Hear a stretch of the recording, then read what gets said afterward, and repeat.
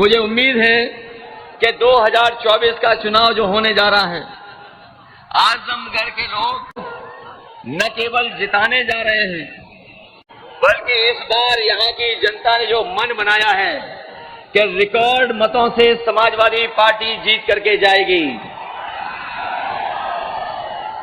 और इधर न जाने क्या हो जाता है दूसरे लोगों को, आजमगढ़ का नाम लेते ही उन्हें परेशानी हो जाती है। और इतनी परेशानी हो रही है कि आजकल उनके भाषणों में भाषा बदल गई है। जो हमें और आपको 400 पार का नारा देकर के डरा रहे थे, वो अंदर ही अंदर सोच रहे हैं कि अब तो जनता ने नारा ही बदल दिया, इस बार 400 पार नहीं 400 हार होने जा रही है। ये जो 400 पार का नारा थोड़ी देर में समझ में आया। जिन लोगों को गिनती ठीक ठाक मालूम होगी और हिंदी को समझते होंगे सही तरीके से, 400 पार का मतलब तो यही हुआ कि 543 के बाद जितनी सीटें हैं वही भारतीय जनता पार्टी जीतने जा रही है, एनडीए जीतने जा रही है। तो अगर 400 पार का 543 में नारे को अगर हम समझें तो ये केवल 143 सीटें बनती हैं।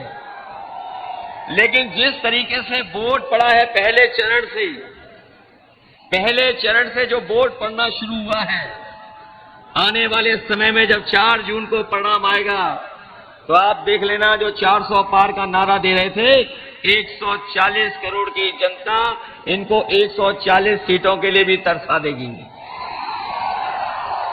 जो लोग बिल्कुल ऊंचाई पे पहुंच गए थे उनका काउंटडाउन शुरू हो गया है और नीचे जाते जा रहे हैं, इतना गिरते जा रहे हैं कि वो हो सकता है न जाने कहां पहुंच जाएं। और जो ये 2 चरण आखिरी बचे हैं, ये 6वां और 7वां, अभी तक जो जनता का गुस्सा नजर आया है, ये गुस्सा हर चरण में बढ़ता जा रहा है। और जब 7वें चरण में पहुंचेगा चुनाव तो जनता का गुस्सा इनके खिलाफ 7वें आसमान पर पहुंच जाएगा। ये लोग जो बड़ी बड़ी बातें कह करके हमें आपको समय समय पे गुमराह करते रहे, जिन्होंने कहा कभी कि आय दोगुनी हो जाएगी किसानों की, हमारा किसान हिसाब किताब लगा रहा है 10 साल बाद भी किसी किसान की आय दोगुनी नहीं हो पाई। और जब हमारा गरीब और किसान लागत का हिसाब किताब लगाता है तो बताओ लागत बढ़ गई कि नहीं बढ़ गई 10 साल में? न केवल लागत बढ़ी है, बल्कि जिस तरीके से महंगाई बढ़ी है और लगातार महंगाई बढ़ा करके इन्होंने हमारे गरीब किसान खेती बाड़ी करने वालों का जीवन संकट में डाल दिया। जिन्होंने बहुत बड़े पैमाने पर बड़े बड़े उद्योगपतियों का, कारोबारियों का जो कर्जा माफ किया है, लेकिन हमारे किसानों का कर्ज माफ नहीं हुआ। इसलिए इस मौके पर हम आपको भरोसा दिलाने आए हैं। आपने इंडिया गठबंधन और समाजवादी पार्टी के बारे में पढ़ लिया होगा, जान लिया होगा, और ये इंडिया गठबंधन ने तय किया है कि जिस तरह बड़े बड़े उद्योगपतियों का, कारोबारियों का कर्ज माफ हुआ है, आने वाले समय में 4 जून के बाद जब सरकार बनेगी तो हमारे गरीब और किसानों का भी कर्ज माफ उसी तरीके से होगा। उन्होंने जब नियम बनाया तो नियम ये बनाया कि जिन लोगों का कर्ज बैंक से है और 5 करोड़ से ऊपर का कर्ज है, उन्हीं का कर्ज माफ होगा। इन्होंने गरीबों के साथ धोखा किया, किसानों के साथ धोखा हुआ, क्योंकि हमारा गरीब और किसान केवल लाखों में कर्ज लेता है।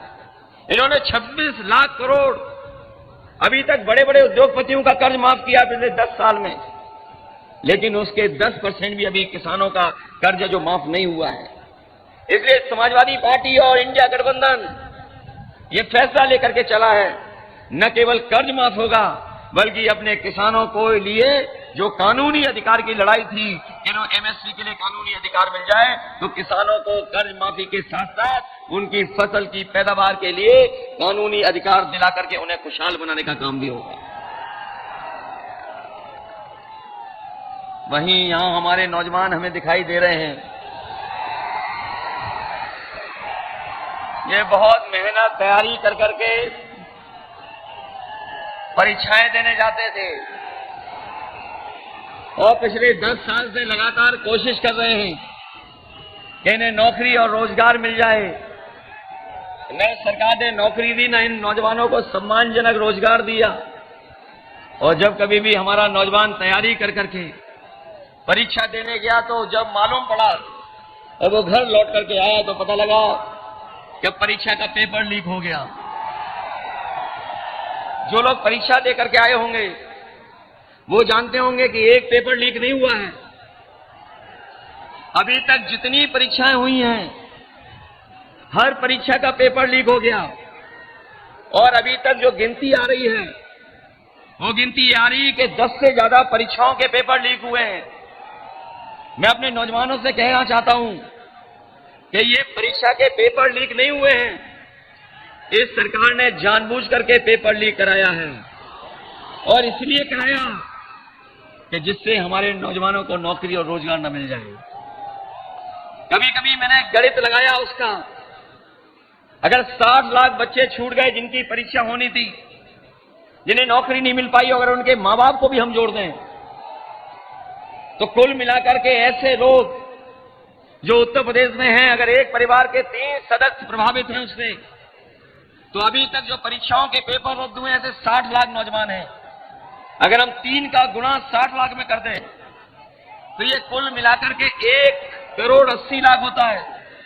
और यही 1 करोड़ 80 लाख का अगर हम भाग दे दें 80 लोकसभाओं से, तो हर लोकसभा में 2,25,000 वोट कम होता है। कोई भरपाई हो तो बता दो कि 2,25,000 वोट कहां से लाओगे? कोई भरपाई का रास्ता हो तो बताइए बीजेपी के लोग। इन नौजवानों का जहां भविष्य छीना है, आप सोचना जाकर के ये नौकरी केवल नहीं छीनी है, बल्कि आपका 1/3 जीवन इन्होंने बर्बाद कर दिया है। इन नौजवानों का 1/3 जीवन बर्बाद हुआ है।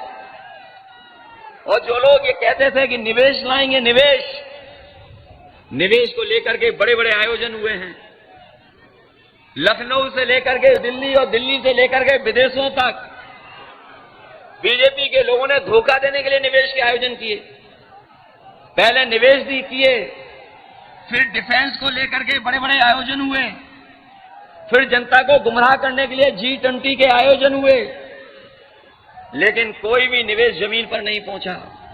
जो सरकार कहती थी लाखों करोड़ का निवेश आया है, अगर जमीन पर एक भी कारखाना और एक भी उद्योग लगा हो तो बताएं आप। भूल जाइए और उत्तर प्रदेश, लेकिन हमारे आजमगढ़ के भाई बहनों बताओ, अगर एक भी कारखाना भारतीय जनता पार्टी की सरकार में यहां लगा हो तो बता दें। कोई कारखाना नहीं, केवल झूठा निवेश का आंकड़ा दिखाना। इसलिए नौजवान साथियों, हम आपको भरोसा दिला के जा रहे हैं कि सरकार की 30 लाख नौकरियां खाली हैं जो अभी तक भरी नहीं गई हैं। इंडिया गठबंधन सरकार में बनते ही 30 लाख नौकरियों को खोलने का काम करेगा और अपने नौजवानों को आरक्षण का पालन कर करके उनके जीवन में बदलाव लाने का काम होगा। न केवल 30 लाख नौकरियां, बल्कि जो अग्निवीर वाली व्यवस्था थी, जिसमें बड़े पैमाने पर नौजवान फौज में भर्ती होते थे, जाके उन्हें वर्दी पहनने को मिलता था, पक्की नौकरी मिलती थी। इस सरकार ने उनकी भी नौकरी आधी अधूरी कर दी, 4 साल की नौकरी कर दी। अगर शहीद होगा तो सम्मान नहीं मिलेगा, जो सुविधाएं होती हैं वो भी नहीं मिलेगा, और 4 साल के बाद घर वापस भेज देंगे। हम समाजवादी लोग अपने नौजवानों को भरोसा दिला के जा रहे हैं कि ये अग्निवीर व्यवस्था कभी भी लागू नहीं होगी। सब सरकार बनेगी तो अग्निवीर व्यवस्था खत्म करा करके जो पहले व्यवस्था थी पक्की नौकरी वाली, वही फौज की पक्की नौकरी दिलाने का काम भी हम लोग नौजवानों को करेंगे।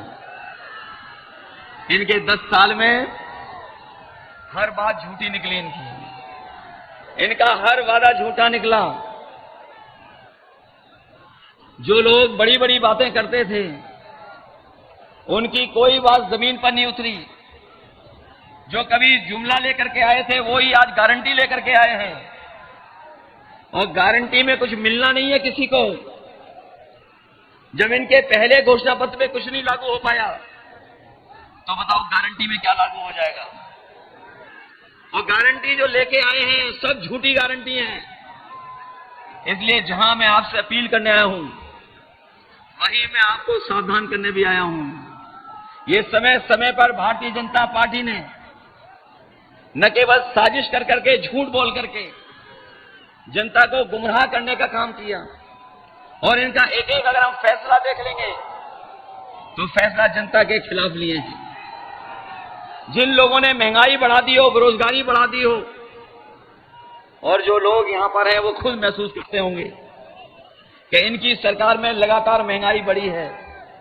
यहां जो हमारे किसान भाई मौजूद हैं वो जानते होंगे जब खाद खरीदे होंगे तो इन्होंने खाद की बोरी से भी चोरी कर ली। पहले 5 किलो, फिर 5 किलो, अब 10 किलो की चोरी हो रही है। यहां किसान भाई होंगे वो जानते होंगे डीएपी खरीदने गए तो इन्होंने जबरदस्ती नैनो यूरिया खरीदवा दी, और नैनो यूरिया इसलिए खरीदवाई क्योंकि इन्हें कुछ लोगों को लाभ पहुंचाना था। इन्होंने भरोसा दिलाया था कि नैनो यूरिया के बाद किसानों की पैदावार बढ़ जाएगी। न पैदावार बढ़ी, न कोई खेती को लाभ पहुंचा। और सुनने में आ रहा है कि जिस तरीके से बड़े बड़े उद्योगपति पैसा लेके भाग गए थे उसी तरीके से नैनो बनाने वाली कंपनी भी और वो साइंटिस्ट लोग भी भारत छोड़ करके चले गए। इसलिए ये चुनाव न केवल हमारे आपके भविष्य का चुनाव है बल्कि आने वाली पीढ़ी के भविष्य का भी चुनाव है। जहां आने वाली पीढ़ी के भविष्य का चुनाव है वहीं ये चुनाव लोकतंत्र को बचाने का भी है, संविधान को बचाने का भी है। क्योंकि इधर भारतीय जनता पार्टी के लोग ये जो 400 पार का नारा दिया था वो इसलिए दिया था कि वो संविधान से छेड़खानी करना चाहते थे, संविधान बदलना चाहते थे। लेकिन जो लोग ये सपना लेकर के निकले हैं कि संविधान बदल देंगे, संविधान बदलने वालों को इस बार आजमगढ़ की जनता बदलने का काम करेगी। ये लोग जो डबल इंजन वाले हैं, ये जो डबल इंजन सरकार वाले हैं, आजमगढ़ में तो नए तरह का मामला है। यहां डबल अभिनय वाले लोग हैं। डबल इंजन वाले तो है ही हैं, लेकिन डबल अभिनय वाले भी यहां पर हैं। इसलिए उनसे भी सावधान रहना हो। और जितना भी काम समाजवादियों ने किया वो सब खराब कर दिया। चाहे वो एम्बुलेंस हो वो खराब हो गई, चाहे वो 100 नंबर बनाई हो वो व्यवस्था खराब हो गई, और 100 नंबर के अलावा जो अस्पताल या जो बिजली का इंतजाम किया था वो भी खराब कर दिया। और जहां बिजली आनी चाहिए थी, लेकिन बिजली के साथ साथ बताओ आपका बिल बढ़कर के आ रहा कि नहीं आ रहा? बिल तो बढ़ा ही दिया। और अगर जब कभी बाजार से बिजली वो दवाइयां लेने जाते होगे तो बताओ दवाइयां महंगी हो गई कि नहीं हो गई? ये नौजवान जो मोटरसाइकिल चलाते थे आज से 10 साल पहले कितने रुपए की आती थी और आज कितने रुपए की आ रही है? 1 लाख की आ रही कि नहीं आ रही? केवल डीजल पेट्रोल नहीं, गाड़ी से लेकर के हर चीज महंगी कर दी। इसलिए जहां महंगाई को रोकना है और जो लगातार ये बड़े लोगों को लाभ पहुंचा रहे हैं जिससे महंगाई बढ़ रही है, और वो कोरोना वाले समय पे जो वैक्सीन लगाई थी उसकी भी पोल खुल गई। अब तो कंपनी वाले ये कह रहे हैं कि जो वैक्सीन लगाई है, जो लग गई है वैक्सीन, वो हम वापस ले लेंगे। बताए हमें कोई कि जो वैक्सीन शरीर में पहुंच गई वो वापस कैसे आएगी? अगर कोई तरीका हो तो बता दो। और इलेक्ट्रॉल बॉन्ड से इन्होंने किसी को नहीं छोड़ा जिससे पैसा ना वसूल लिया हो। जो इलेक्ट्रॉल बॉन्ड लिए इन्होंने बड़े बड़े उद्योगपतियों से पैसा वसूल लिया। कोई चंदा इतना नहीं देता था जितना इन्होंने वसूला है। चंदा लेना या देना हजारों में होता है, लाखों में होता है, कोई करोड़ों में चंदा नहीं देता। इन्होंने इलेक्टोरल बॉन्ड के नाम से ईडी, सीबीआई, इनकम टैक्स लगा के चंदा वसूल लिया, और चंदा वसूलने का परिणाम यह हुआ कि भ्रष्टाचार तो बढ़ा ही बढ़ा, लेकिन उसकी वजह से महंगाई बढ़ गई। इसलिए आप सबसे हम निवेदन और अपील करने आए हैं कि आजमगढ़ का चुनाव अलग तरह का चुनाव है, पूरा देश देख रहा है, और अभी तक के चरणों में तो बीजेपी बहुत पीछे छूट गई है। अब तो केवल 27 सीटों पर चुनाव है। कितनी सीटों पे बचा है चुनाव? 27 सीटों पे है चुनाव। अभी तक तो हम ये कहते थे कि समाजवादी पार्टी और इंडिया गठबंधन एक सीट छोड़ करके सब सीटें जीतेगी, लेकिन अब जैसा पता लग रहा है कि हो सकता है जिस तरह से जनता का मूड है इस बार, 80 की 80 सीटें भारतीय जनता पार्टी हार जाए। जब हम देखते हैं समीकरण को या हिसाब किताब लगाते हैं तो कोई सीट हमारी पीछे नहीं है। बताओ, आजमगढ़ की सीट कोई पीछे है? आपके लालगंज की सीट कोई पीछे है क्या? आपके बगल की मऊ की सीट बताइए, आप अंबेडकर नगर की सीट बताइए, आप संत कबीर नगर में पप्पू निषाद लड़ रहा है, क्या सीट पीछे है? कोई सीट पीछे नहीं है। इस बार लगता है कि पूर्वांचल की जनता भारतीय जनता पार्टी का पूरा सफाया करने का काम करेगी। ये लोग जो कहते हैं शहजादे शहजादे, सुन रहे होंगे आप लोग कई बार कांग्रेस पार्टी और हम लोगों को मिलकर के कह रहे हैं शहजादे।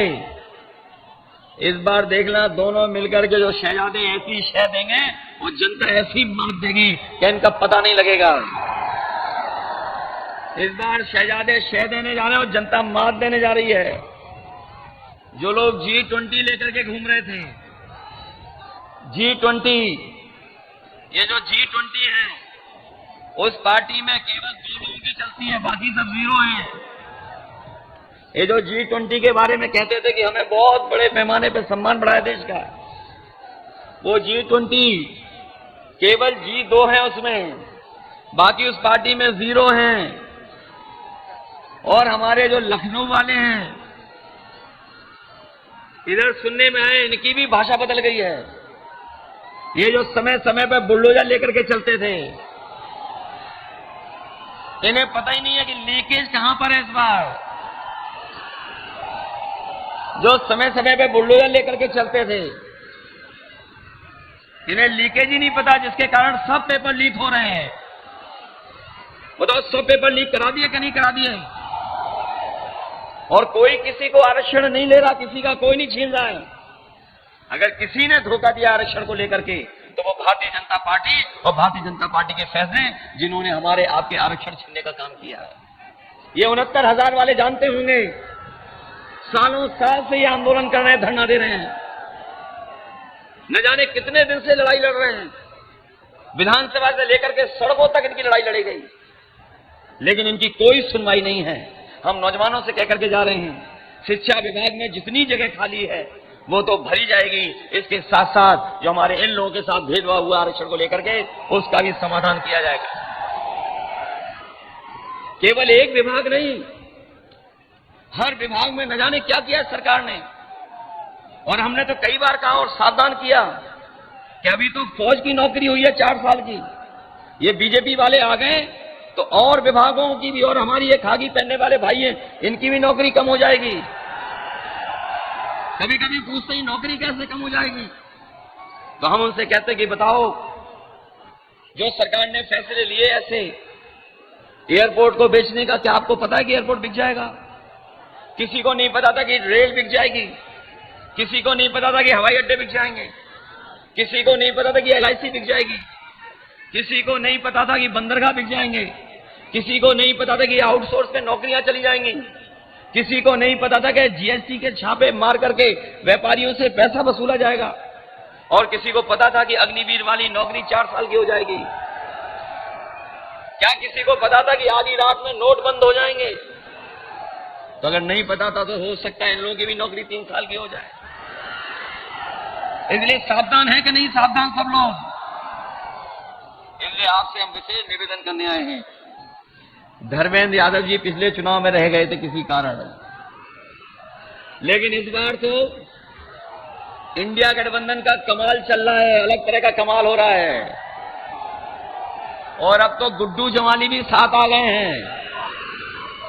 बताओ गिनती बढ़ गई कि नहीं बढ़ गई? और रही बची गिनती बताओ पीडीए परिवार ने बढ़ा दी कि नहीं बढ़ा दी? और हम तो ये जानते हैं ये पीडीए परिवार जो जुड़ गया है, जमाली जी जुड़ गए हैं। 4 तारीख को नई फिल्म रिलीज होगी, 4 तारीख को देख लेना आप, नई फिल्म रिलीज होगी कोई, जिसको पूरा देश देखेगा। जो भाजपा वाले बड़ी बड़ी बातें कर रहे हैं, ये ढूंढे जाएंगे भाजपा वाले कि कहां है भाजपा वाले। इसलिए अभिनय के चक्कर में तो नहीं पड़ जाओगे आप लोग। ये अभिनय बहुत ऊपर तक होते हैं, ऊंचाई तक चले जाते हैं कई बार। इन अभिनय करने वालों से सावधान रहोगे कि नहीं रहोगे? ये अभिनय वाले जो पूरे के पूरे जुटे हुए हैं यहां से लेकर के दिल्ली तक, बताओ आपके अधिकारों को छीन रहे हैं कि नहीं छीन रहे हैं? आपके सम्मान को ठेस पहुंचा रहे हैं कि नहीं पहुंचा रहे हैं? और आपका जो बाबा साहब भीमराव अम्बेडकर ने दिया हुआ संविधान, उसको खत्म करना चाहते हैं कि नहीं चाहते हैं? और इस बार तो ऐसा लग रहा है कि बहुजन समाज के लोगों ने भी पूरा समर्थन देने का काम किया है। मैं तो अपने बहुजन समाज के लोगों से अपील करूंगा कि अगर देखेंगे आप उत्तर प्रदेश का चुनाव, तो बीजेपी ने बीएसपी से अंदर ही अंदर हाथ मिला लिए हैं। इसलिए सावधान है कि नहीं है? और 4 तारीख को रिजल्ट तो आएगा ही आएगा, लेकिन जब वोट डालने आप जाओगे उससे समय के लिए सावधान है आपके नहीं है? ये अगर रोकेंगे तो रुक तो नहीं जाओगे आप लोग? खैर आजमगढ़ वाले तो नहीं रुकेंगे, आजमगढ़ वाले तो रुक तो नहीं पाओगे। वैसे बहुत जगह रोकने की कोशिश की, लेकिन कोई वोटर रुका नहीं। और जैसे जैसे ये लोग हारते जा रहे हैं तो इनका गुस्सा भी बढ़ता जा रहा है। इसलिए आप वोट डालने वाली तारीख को तैयार रहेंगे 25 को। ये 6वें चरण का चुनाव, ये 6वें चरण का चुनाव इन्हें न जाने कहां भगा देगा, आउट कर देगा बिल्कुल, जो गिनती कर रहे थे बड़ी वाली। इसलिए आप सबसे हमारा विशेष निवेदन और अपील है कि धर्मेंद्र यादव जी को आपके बीच भेजा है, ये लगातार आपके बीच रहेंगे। और आजमगढ़ से और हम लोगों का समाजवादियों का रिश्ता कोई नया नहीं है, वो बातें दोहरानी नहीं है। इससे गहरा रिश्ता किसी से नहीं हो सकता जैसा रिश्ता हमारा और आपका है। और इसीलिए आजमगढ़ हमेशा प्राथमिकता पे विकास में रहा है, चाहे हमें बड़ी सड़क बनानी पड़ी हो। ये जो बड़ी सड़क बनी है आगरा लखनऊ वाली से जुड़ गई पूर्वांचल वाली, और चाहे मेडिकल कॉलेज बनवाने हो, सड़कें चौड़ी देनी हो, अस्पताल से लेकर के 100 नंबर की गाड़ी से लेकर के एम्बुलेंस, सब कुछ नेताजी और समाजवादियों ने किया है। इस विकास में कहीं पीछे नहीं रहने देंगे आजमगढ़ को। इसलिए जहां आजमगढ़ की खुशहाली के लिए काम करेंगे, वहीं अगर आजमगढ़ का कभी भी सम्मान बढ़ाना पड़ेगा तो हम लोग सम्मान बढ़ाने का भी काम करेंगे। और अभी देखा भी होगा जब एमएलसी बनाने का वक्त आया तो सबसे आगे आजमगढ़ ही दिखाई दिया होगा। और रहा बचा मामला, जमाली साहब समझा लेंगे और बना देंगे। ये तो ऐसे ही कह दिए 2 लाख। मैं समझता हूं जिस तरह का माहौल दिखाई दे रहा है, जिस तरह का है उत्साह लोगों के अंदर, देश की जो बड़ी जीतें होंगी उसमें आजमगढ़ शामिल होगा कि नहीं होगा, ये बताओ पहले। देश की बड़ी जीतों में शामिल हो जाओगे? कहीं ऐसा तो नहीं है कन्नौज से भी पीछे रह जाओ? कहीं ऐसा तो नहीं है कन्नौज से पीछे रह जाओ? इसलिए आजमगढ़ के लोगों, देश की बड़ी जीत में शामिल होना, देश की बड़ी जीत में हो जाओगे सब लोग। इसलिए मदद करना, यही सहयोग, यही मदद मांगने में आया। मुझे पूरा भरोसा है कि आप सब लोग मिलकर के पीडीए परिवार को जहां ताकत दोगे, वहीं लोकतंत्र को बचाने के लिए एक एक वोट डालेंगे। और संविधान बचाने की ये बड़ी लड़ाई है, जहां एक तरफ संविधान को खत्म करना चाहते हैं, दूसरा हम सब लोग हैं जो संविधान बचाना चाहते हैं। हमें उम्मीद है कि जब 4 तारीख को परिणाम आएगा तो वो लोग जो संविधान को खत्म करना चाहते हैं वो देश से हमेशा हमेशा के लिए साफ हो जाएंगे और संविधान बचा करके हम आपके अधिकारों को, आपके सम्मान को और जो अधिकार हमें मिले हैं उन अधिकारों को दिलाने का काम हम लोग करेंगे। आप सबका बहुत बहुत धन्यवाद, बहुत बहुत आभार प्रकट करता हूं। इसके प्रायोजक हैं एडवांस कंप्यूटर, निकट इंडियन बैंक, बूढ़नपुर, आजमगढ़। यदि आप अपनी बच्चे को कंप्यूटर की उत्तम शिक्षा देना चाहते हैं तो तुरंत संपर्क करें।